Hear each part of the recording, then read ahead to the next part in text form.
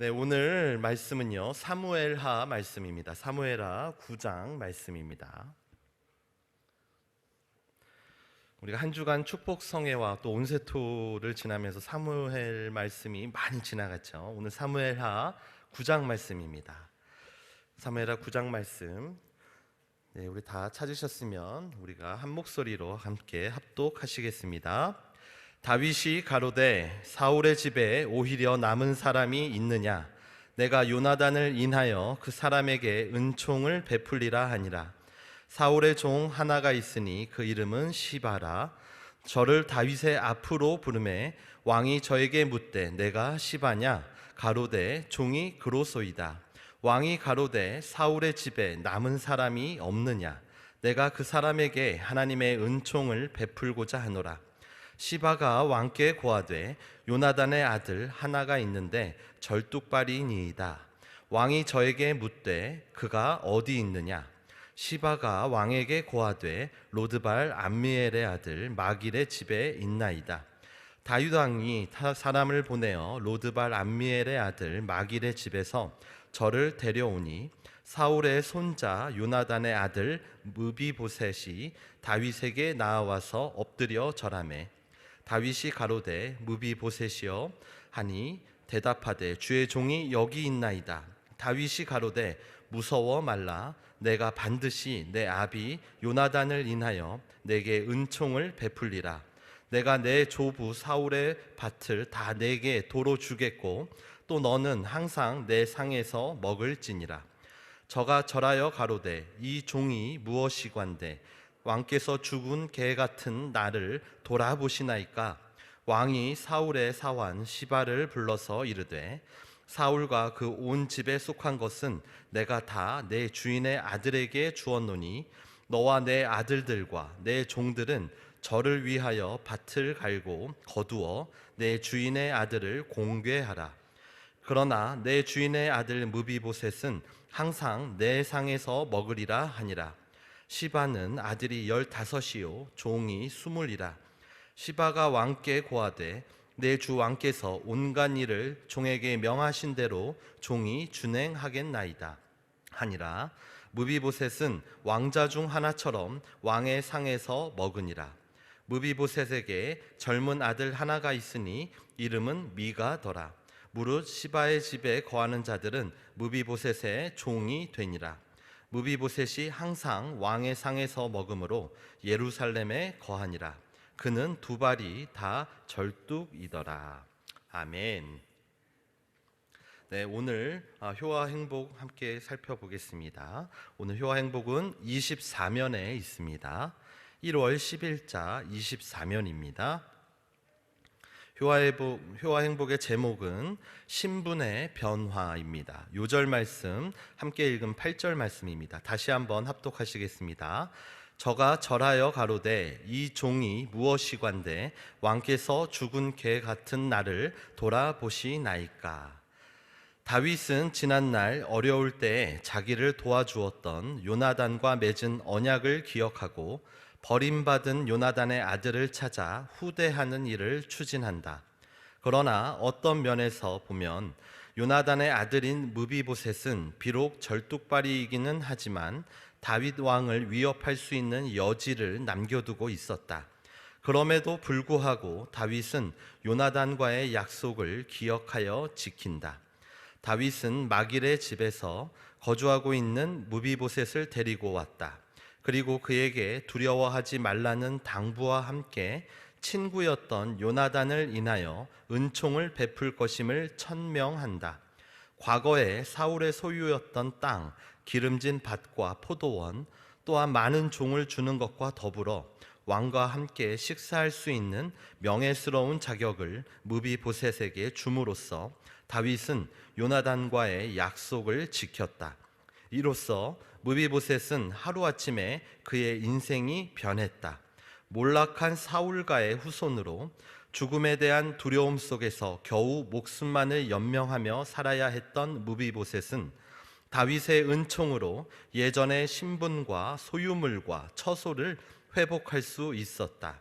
그는 이제 다윗 왕의 극진한 은혜와 사랑으로 말미암아 이스라엘의 존귀한 자로 변모되었을 것이다. 아무리 무비보셋이 스스로 자신의 인생을 하찮게 여기고 살았더라도 다윗의 선물을 거절할 이유가 없었던 것처럼 우리 역시 우리 죄에 대한 하나님의 용서와 은혜를 거절할 수 없다. 직접 찾아오셔서 은총을 내리시는 하나님으로 말미암아 신분과 처소가 회복되었음을 믿는가? 다윗이 무비보셋에게 준 것보다 더 위대하신 그리스도의 복이 우리를 기다리고 있음을 기억하자. 아멘. 네, 할렐루야. 네, 오늘은요 우리가 함께 읽은 사무엘하 9장의 말씀으로 은혜를 나누고자 합니다. 자, 오늘 효와 행복의 제목은요 신분의 변화입니다. 신분의 변화입니다. 신분이라는 것은요 일반적으로 개인의 사회적 지위나 사회 관계를 구성하는 일종의 서열을 의미합니다. 제도적으로는요 권리와 의무가 다르게 주어지는 법률적인 지위이기도 합니다. 신분에 따라서 지켜야 할 의무도 다르게 부과가 되고 향유할 수 있는 권리의 정도와 범위도 다르다는 의미입니다. 오늘 본문 말씀인 사무엘하 9장에서는요 다윗과 무비보셋의 이야기를 기록하고 있습니다.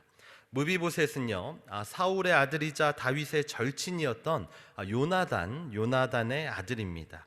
다윗 이전에 왕인 사울이 요나단을 낳았고 또 요나단이 또 무비보셋을 낳은 것이죠. 따라서 사울의 직계 비속이었습니다. 그래서 그때 당시 왕정시대 문화에 따르면요 새로운 왕이 추대가 되고 또 새로운 왕조가 들어서면 그 이전 왕조의 후손들은 마땅히 죽임을 당하여야 할 신분에 놓여 있었던, 어떻게 보면 절대 절망의 위기에 있었던 무비보셋이었습니다. 또한 무비보셋은요 어려서 유모 등에 엎혀서 도망치다가 유모 등에서 떨어졌습니다. 그래서 두 다리를 모두 절게 되는 절름발이였습니다. 그때 당시에는요 뛰어난 어떤 노동 생산성이 있거나 그러던 시대가 아니었기 때문에 사람의 인력, 이 노동력이요 생계에 굉장히 직접적인 영향을 주는 핵심 요소였습니다. 노동력이 곧 생존의 필수 요소이었던 그 당시 시대적 상황에서 무비보셋은 아마도 절름발이었기 때문에 아무런 소망 없이 깊은 절망 가운데 살아갈 수밖에 없는 그런 상황에 놓여 있었을 것입니다. 그래서 무비보셋은요 스스로를요 우리 요절 말씀과 같이 죽은 개 같은 나라고 다윗에게 아뢰고 있었던 것입니다. 그러나 다윗은 무비보셋에게 놀라운 은혜를 베풉니다. 잃어버린 조상 곧 사울의 모든 재산을 회복시켜 주고요 그리고 왕의 상 곧 왕의 식탁에서 함께 식사를 할 수 있는 지위로 신분을 변화시켜 준 것입니다. 이제 무비보셋은요 모든 근심과 절망에서 해방되게 되었습니다. 이제 죽음의 그늘에서 생명의 빛을 향해 나아갈 수 있게 된 것입니다. 다윗과 무비보셋의 이야기에서는요 우리가 몇 가지 주목할 만한 또 주목해야 할 점들이 있습니다. 첫째로요 우리가 주목해야 할 점은요 무비보셋에게는요 아무런 공로도 자격도 없었다라는 점입니다. 새로운 왕조가 들어서면 방금 말씀드린 바와 같이 논공행상이라는 것을 펼칩니다. 그 사람의 공이 있고 없음이나 또 공이 크고 작음을 가려서 그에 따라 알맞은 상을 주게 되는 것이죠. 대개 땅이나 여러 재물이 포상으로 주어지게 되는데 이 중에서도요 특별한 공로, 큰 공로가 인정이 되면요 신분을 격상하는 포상을 내리기도 합니다. 그러나 특별한 공로를 인정받아서 신분을 올려줄 때도요 한계라는 것이 있습니다. 아무리 위대한 공로가 인정된다 하더라도 왕족으로까지 격상시킬 수는 없었던 것이죠. 이것은요 신분제의 어떠한 속성 때문입니다. 신분은요 세습 약속을 원칙으로 하기 때문에 곧 대를 이어서 신분이 유지가 되는 것이기 때문에 아무리 막대한 공로가 인정되더라도 왕족의 혈통과 곧 핏줄과 동일한 지위를 부여할 수는 없었던 것입니다. 그러나 무비보셋은요, 다윗의 상에 앉게 됩니다. 다윗의 식탁에는요, 직계 가족, 직계 비속만이 함께 할 수 있는 특별한 자리였습니다. 다윗이 무비보셋을 그의 식탁에 앉게 한 것은 마치 왕자들과 같은 지위를 부여하여서 아들과 같이 대우하겠다라는 것을 의미하는 것이었습니다. 이것은요, 한계를 초월한 은혜였습니다. 이전 왕조의 후손으로 죽어 마땅한 신분이며 절름발이로 완전한 절망 가운데 있던 무비보셋에게 이제는 왕족의 지위를 부여한 것입니다. 무비보셋의 입장에서는요, 다윗으로부터 이러한 은혜를 받을 만한 이유나 원인이나 공로가 있었습니까? 전혀 없었습니다. 아무런 공로가 없었습니다. 아무런 인과관계도 인정될 수 없었고요, 논리적이지도 않았습니다. 그리고 합리적이지도 않았습니다. 그러나 무비보셋은 감당할 수 없는 복을 누리게 됩니다.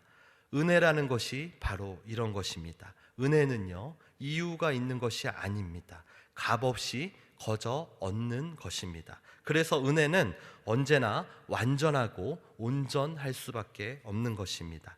둘째로 우리가 주목할 만한 점은요, 무비보셋에게 주어진 이 놀라운 은혜는요, 그의 공로가 아닌 다윗과 요나단과의 언약에 기초하고 있다라는 점입니다. 1절 말씀을 보면요, 내가 요나단을 인하여 그 사람에게 은총을 베풀리라. 또 7절에는요, 내 아비 요나단을 인하여 내게 은총을 베풀리라 라고 거듭해서 이 은총은 요나단과의 언약 때문이라는 점을 다윗은 분명히 하고 있습니다. 이 언약은요, 다윗과 요나단의 우정의 이야기를 담은 사무엘상 20장에 기록되어 있습니다. 사무엘상 20장 12절에서 17절 말씀을 제가 봉독하겠습니다. 요나단이 다윗에게 이르되 이스라엘 하나님 여호와께서 증거하시거니와 내가 내일이나 모레 이맘때에 내 부친을 살펴서 너 다윗에게 대한 의향이 선하면 내가 보내어 내게 알게 하지 않겠느냐. 그러나 만일 내 부친이 너를 해하려 하거늘 내가 이 일을 내게 알게 하여 너를 보내어 평안히 가게 하지 아니하면 여호와께서 나 요나단에게 벌을 내리시고 또 내리시기를 원하노라. 여호와께서 내 부친과 함께 하신 것 같이 너와 함께 하시기를 원하노니 너는 나의 사는 날 동안에 여호와의 인자를 내게 베풀어서 나로 죽지 않게 할 뿐 아니라 여호와께서 너 다윗의 대적들을 지면에서 다 끊어버리신 때에도 너는 내 인자를 내 집에서 영영히 끊어버리지 말라 하고, 이에 요나단이 다윗의 집과 언약하기를 여호와께서는 다윗의 대적들을 치실지어다 하니라.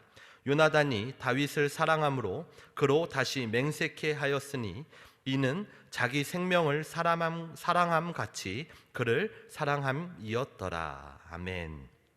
요나단의 아버지 사울은요, 지금 다윗을 잡아서 해하려 하고 있을 때였습니다. 그런데 그 아들이요, 모든 위기를 감내합니다. 다윗을 도망치게 한 게 발각이 되면 요나단도 그 왕족에서 쫓겨날 상황에 놓여 있었을 것입니다.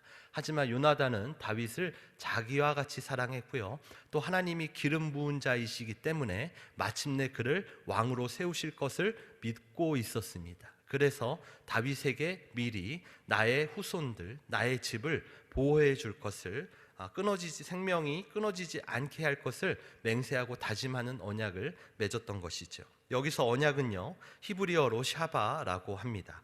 이 샤바라는 단어는요, 동시에 생명을 건 맹세를 의미하기도 합니다. 무비보셋에게 주어진 이 놀라운 은총은요, 바로 이 언약 때문이었습니다. 다윗은 요나단과 우정의 언약을 맺었고, 다윗의 신실함은 그 약속 곧 맹세를 마침내 무비보셋에게 지켜내게 했던 것입니다. 마지막 셋째로 우리가 주목해야 할 점은요, 한계를 초월한 은혜는 다윗이 통치자 곧 온 이스라엘의 주인이기 때문에 가능했다라는 점입니다. 정복군주 시대입니다. 전쟁을 통해서 땅을 점령하고 그 땅을 다스리던 시대입니다. 이때 왕권은요, 절대적이고요, 무소불위의 권력이었습니다.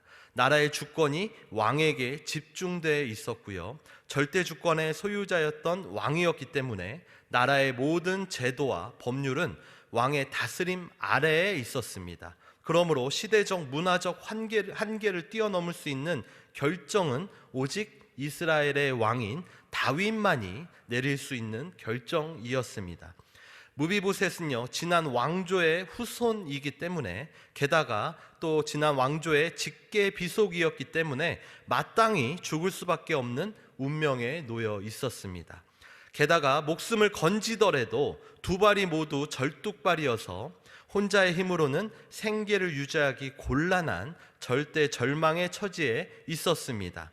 하지만 다윗은 약속을 지키는 신실한 성품의 소유자였으며 언약을 목숨같이 여기는 신의가 성실한 인물이었습니다. 다윗이 아무리 신의의 인물이라 하더라도 만약에 그가 왕이 아니었다면 이와 같은 놀라운 신분의 변화, 한계를 초월한 은혜는 이루어질 수 없었을 것입니다. 하지만 다윗은 이스라엘의 왕이었고 절대 주권의 소유자였기 때문에 절대 절망 가운데 있던 무비보셋을 이제는 왕의 식탁에 함께하는 왕자와 견주는 신분으로 변화시킬 수 있었다라는 것이지요. 무비보셋에게 임한 은혜는 무비보셋이라는 사람 때문이 아니었습니다. 그에게 특별한 공로가 인정되었기 때문도 아니었고, 그가 흠없고 순결한 존재였기 때문도 아니었습니다. 그가 비록 저주의 가문 아래 있었을지라도 무비보셋에게 임한 은혜는요, 그를 절대 절망과 죽음에서 구원했을 뿐만 아니라 왕의 자녀로 삼아 영광스럽고 존귀한 자가 되게 하셨습니다. 그 은혜의 원천은 다윗과 요나단이 맹세로 맺은 언약 때문이었습니다. 그 언약으로 말미암아 흘러나오는 은혜가 그 언약에 대해 알지도 못하는 무비보셋에게 임해서 긍휼을 얻는 자가 되게 했던 것입니다.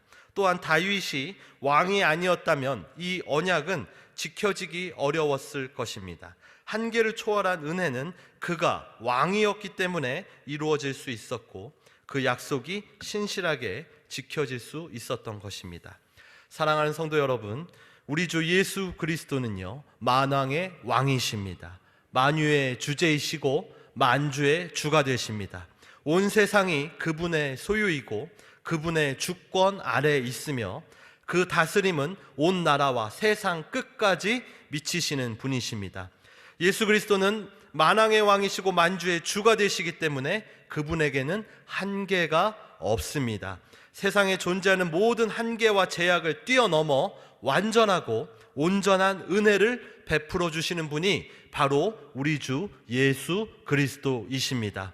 만왕의 왕이신 예수 그리스도께서 버림받아 마땅한 아무 공로도 없는 우리 인생들을 위해서 온갖 고초를 겪으시고 십자가에 달려 피 흘려 죽으셨으며 마침내 모든 죄와 사망의 권세를 이기고 부활하시어 우리의 구주가 되셨습니다.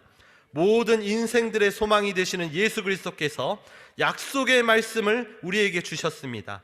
사도행전 16장 31절에 주 예수를 믿으라, 그리하면 너와 내 집이 구원을 얻으리라. 베드로전서 2장 9절에서 10절 말씀에 오직 너희는 택하신 족속이요 왕같은 제사장들이요 거룩한 나라요 그의 소유된 백성이라. 너희가 전에는 백성이 아니더니 이제는 하나님의 백성이라. 전에는 긍휼을 얻지 못하였더니 이제는 긍휼을 얻은 자니라.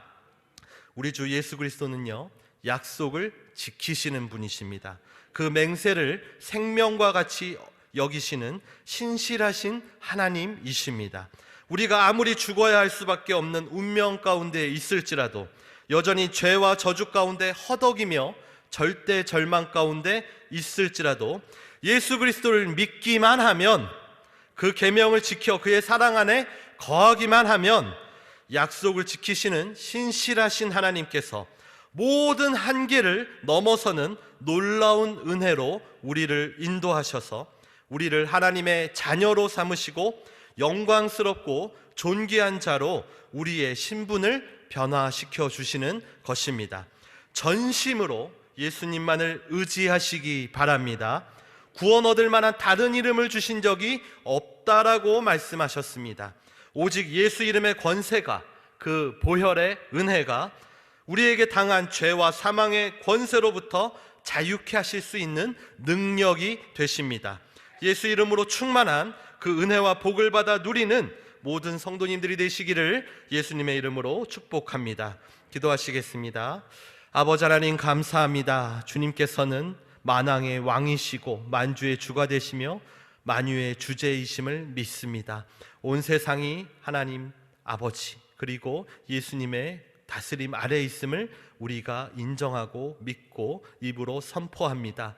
아버지 하나님, 우리는 여전히 죄 가운데 허덕이고 있으며 여러 가지 문제와 질병 가운데 아버지 하나님 낙심 가운데 있을지라도 아버지 하나님, 세상이 알 수 없는 놀라운 신비와 그 놀라운 은혜로 말미암아 모든 한계와 제약을 뛰어넘어 우리를 새롭게 하실 분이 바로 예수 그리스도이심을 믿습니다. 성령 하나님께서 우리 마음을 주장하여 주시기를 원합니다. 예수 그리스도를 믿는 믿음을 굳건히 세워주시옵시고 그의 계명과 그의 말씀을 지켜 행하며 그의 사랑 안에 거하게 하여 주시옵시고 그 안에서 부어주신 놀라운 은혜와 은총을 누리는 우리 모든 성도님들 될 수 있도록 주여 인도하여 주시옵소서. 우리 주 예수 그리스도의 이름으로 기도드리옵나이다. 아멘.